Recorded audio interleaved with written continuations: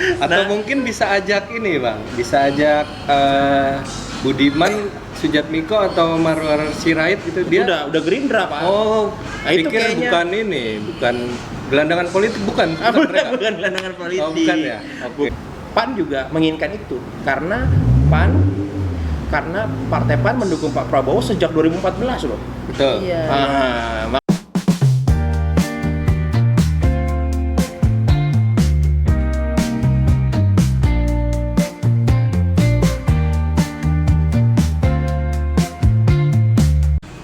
Balik lagi sama kita. Ini ya masih awal-awal karir kita lah sebagai podcaster. Dan kali ini kita mau bahas lanjutan dari yang terakhir kita bahas itu ya, tentang janji-janji kampanye. Dan sekarang tuh gue kayaknya lebih mau bahas tentang bagi-bagi jatah menteri kayaknya. Kalau janji kampanye direalisasikan kan pasti ada para pendukung kan mestinya dapat jatah ya. Betul.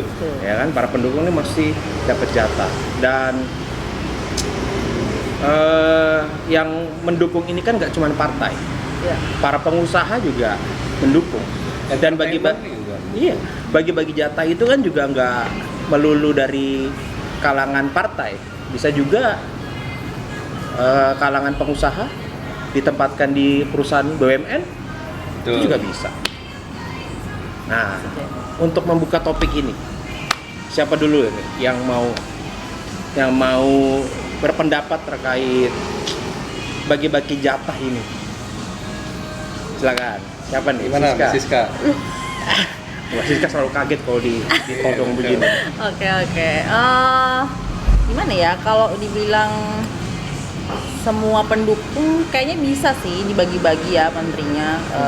Kan ada, maksudnya nggak selalu harus saat ini juga dia dapat jatahnya. Bisa jadi kayak dia bagi nih periode kapan sampai kapan yang mimpin ini gitu ya, dari partai mana. Biar merata dong. Iya, jadi nanti janjian nih yang setelahnya siapa, partai apa gitu.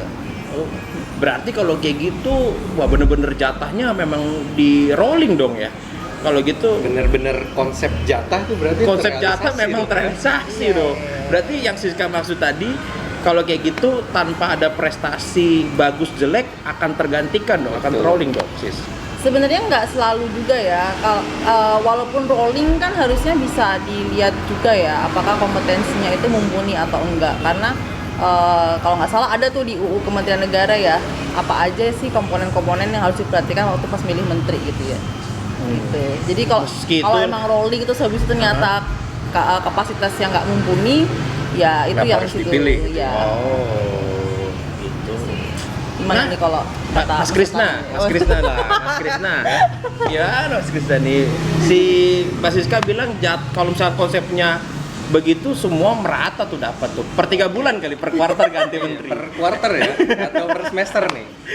Gimana menurut Mas Sebenarnya Siska? wah itu juga Mas Krisna nggak nih. bisa dibenarkan ya, karena tapi ya tergantung setiap individu juga ya gitu. Kalau menurut saya kalau seperti itu mungkin mau berbau-bau Indonesia oligarki kali ya gitu, dan dirasa kurang cocok ya dengan sistem kita yang demokrasi. Tapi kembali lagi itu sudah menjadi tradisi atau budayanya ya di Indonesia itu, ya siapa yang dukung dia akan dapat kursi gitu. Sementara dari gue sih oke-oke aja bagi kursi dengan partai pendukung siapa aja, tapi benar kata Mbak Siska tadi, selama kompeten gitu ya. Contoh misalnya kalau di PAN gitu ada Pak Erick Thohir gitu ya, dia terbukti BUMN itu ada kemajuan lah, walaupun ada bagi-bagi kursi juga di direksinya atau komisarisnya. Wah, menarik Gitu. tuh. Tapi sebenarnya Bagi kursi di is direksi. oke lah dibagi-bagi, asalkan kepalanya bener untuk ngaturnya. Gitu. Iya, menarik. Berarti kalau konsep bagi-bagi partai pendukung, kita sadar betul kan, partai pendukung ini kan nggak melulu semuanya masuk ke parlemen. Contoh kayak PSI, partai pendukungnya pemenang kan, Pak Prabowo Gibran kan, PSI, Gelora, terus ada Pak Yusril tuh PBB, ya kan, Partai Bulan Bintang itu kan nggak melulu di parlemen. Nah kalau itu gimana tuh? dapat nggak tuh dia tuh? Gini, kalau menurut gua nggak melulu selalu berpikiran tentang partai parlemen harus dapat posisi yang strategis gitu ya. Mungkin ke Menko atau mungkin Menteri Keuangan atau sebagainya gitu ya. Sebenarnya di non parlemen juga banyak kader-kader yang bagus. Contoh misalnya di PSI itu ada Grace Natali yang bisa menyuarakan tentang mungkin yang dia bela selama ini ya anak muda atau mungkin kesetaraan dan sebagainya. Udah dapat jatah tuh sekarang tuh. Nah, Dari staf maka dari itu. Terus selanjutnya mungkin tadi yang Bang Nathan ngomongin Pak Yusril gitu ya, yang dimana dia memang kompeten di bidang hukum maupun tata negara gitu, dan itu mungkin bisa dikasih posisi. Ya harapannya sih seperti yang gue omongin di episode lalu, sebenarnya Pak Mahfud yang harus masuk di Kemenko itu ya, tapi kalau nggak bisa masuk ya Pak Yusril lah harusnya dia join di situ. Gitu. Jadi apple to apple tuh, Prof Yusril, Prof Mahfud. Gitu. Dari Mbak Siska, pendapat dari partai pendukung yang non parlemen nih di DPR RI Senayan ya, kayak PSI itu kan, Gelora, PBB gitu kan, gimana? Dapat jatah menteri nggak menurut penelusurannya? Ya jatah menteri bisa jadi gitu ya. Toh nggak harus selalu menteri kan, bisa wamen juga ya. Oh iya benar, PSI dapat wamen. Iya, PSI dapat wamen. Di periode Jokowi ya wamen ya. Dapat wamen benar. Gitu. Jadi sebetulnya kalau menurut pandangan kalian ya kita sharing nih. Untuk dapat jatah menteri itu sebaiknya kadang-kadang gini, kadang bukan pada porsinya, nggak punya pengalaman di bidang itu, tapi ditempatkan karena memang dia mendukung gitu. Menurut kalian background satu orang kayak contoh Prof Yusril dengan latar belakang tata negara, ya mungkin di Menteri Hukum dan HAM misalkan, atau Menko Polhukam misalkan. Nah, background pendidikan semacam itu penting nggak sih untuk dipikirkan Pak Prabowo nih memilih calon menterinya? Jadi nggak asal comot dia memang diajukan oleh satu partai, dia itu. Nah, kita pilih. Oke, jawab Bang. Siska ditembak terus sama Krisna. Salah banget ya. Gimana nih? Ya Dari kaum oligarki biar jawab dulu kan. jelas penting sih sebenarnya. Kayak harusnya sih sebenarnya mungkin nggak sih ada kayak fit and proper test dulu gitu untuk bisa menentukan dia tuh lebih cocok di mana dan sebagainya. Tapi kalaupun enggak ya selain juga background pendidikan, pengalaman juga perlu. Siapa tahu ternyata menteri yang sebelumnya udah pernah menjabat dia jadi menteri lagi kan gitu. Nah, meskipun dia secara pendidikan mungkin nggak sejalan, ternyata dia bagus di situ kan. Jadi dipakai juga gitu. Jadi menurut Siska komponen latar belakang pendidikan dan pengalaman juga harusnya dipikirkan untuk jadi seorang menteri. Mas Krisna gimana nih? Nggak punya latar belakang atau Oke, itu bicara bisa? latar belakang nih ya, sebenarnya penting nggak penting ya? Gitu. Penting nggak penting loh. Penting nggak penting ya. Di satu sisi gini, misalkan ya, ini gue ambil dari contoh gue sendiri nih ya. Berlatar belakang orang kriminologi gitu, terus tiba-tiba menjadi orang pengadaan. Ya di satu sisi kita bisa tarik mungkin dari sisi akademisnya memang nggak nyambung gitu ya. Tapi kalau dari sisi kementerian, tentunya contoh misalnya pas AHY ya, yang sekarang jabat ATR BPN gitu, yang dimana dia sebelumnya Danyon gitu ya, yang bisa dibilang cuma ngurusin skala kecil dan itu prajurit gitu, yang dimana aturannya udah jelas semua di peraturan dari TNI sendiri gitu. Tapi bisa diambil dari sisi leadershipnya, mungkin latar belakang pendidikannya dia pun dari bisnis dan sebagainya gitu, dan dia juga sebelumnya juga sudah keliling karena dia sebagai ketua partai gitu ya, dan bisa menampung aspirasi masyarakat. Jadi leadership manajemen itu satu hal yang penting juga, Betul. untuk mendapatkan jabatan menteri pembantu presiden. Nah, gue masuk lebih spesifik nih. Kita udah ngomongin partai non parlemen. Kayaknya kita harus ngomong partai inti ya. Ini pilar utama yang mendukung Pak Prabowo Gibran dalam memenangkan kontestasi. Ada Gerindra, ada Golkar, ada PAN. Nah, ini Ini pilar utama. Nah, kalian kira-kira kebayangnya porsinya berapa nih dapat nih? Siapa yang lebih banyak? Ya, kira-kira menurut kalian gimana? Gue tembak sekarang. Krisna duluan deh. Oke. Porsinya dari 3 pilar utama tadi tuh, porsi lebih banyak mana? Jadi sebenarnya porsinya ini tergantung dealing di awal ya, pasti antar partai politik gitu ya. Ya contoh misalnya PKB cabut karena mungkin persentasenya kecil gitu waktu dia dealing dengan Gerindra gitu. Nah sebenarnya kalau mau dilihat secara gamblang presentasi, dia nggak harus presentase join di kementerian. Gua rasa juga ada presentase dia masuk di berbagai sektor, misalnya kepala badan atau mungkin direksi-direksi tadi gitu ya, dimana sebenarnya orang-orang si partai ini gitu. Tapi gue nggak yakin juga untuk dapat posisi yang strategis dari partai-partai besar ini, karena udah ada isu-isu undang-undang TNI mau dirubah nih, yang dimana TNI atau Polri bisa menduduki jabatan strategis di dua fungsi. Yes, apakah bakal kembali lagi atau enggak ke Orde Baru dengan bahasa neo Orde Baru, tapi kan nggak tahu juga. Berarti ini rebutan berarti ini ya. Satu Betul. sisi dengan ada undang-undang aturan tersebut, teman-teman atau para petinggi TNI Polri bisa difungsikan atas dasar leadership manajemen mereka kan. Di lingkup institusi mereka dipasang untuk bisa megang satu kementerian. Menarik. Tapi aku penasaran nih kalau dari Mas Tata sendiri, 3 besar itu sama Mas. Kalau sisi gue perihal bagi-bagi kursi menteri, yang jelas gue kepikirannya pasti Gerindra mendominasi, gitu ya. Gerindra mendominasi, mengingat banyak para pendiri Gerindra bersama Prabowo yang bareng-bareng mendirikan partai yang sekarang udah jadi begitu besar gitu ya sejak awal.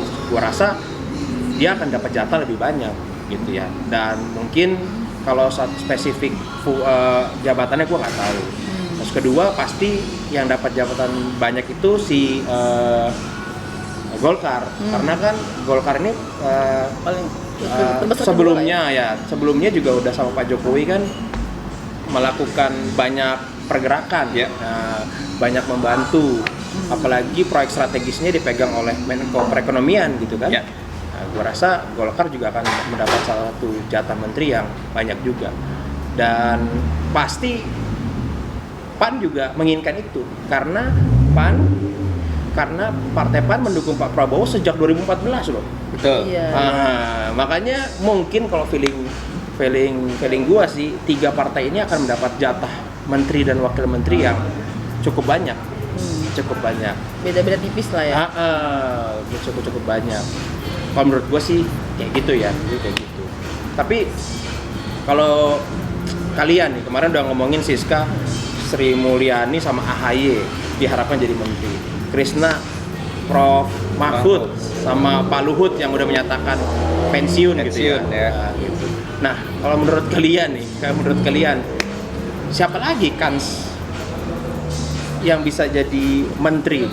Kita perlebar bukan dari kalangan partai deh, yang menurut kalian bisa mengisi posisi menteri yang bisa mendukung Pak Prabowo. Mbak Siska, kepikiran nggak? Budi Jiwandono mungkin?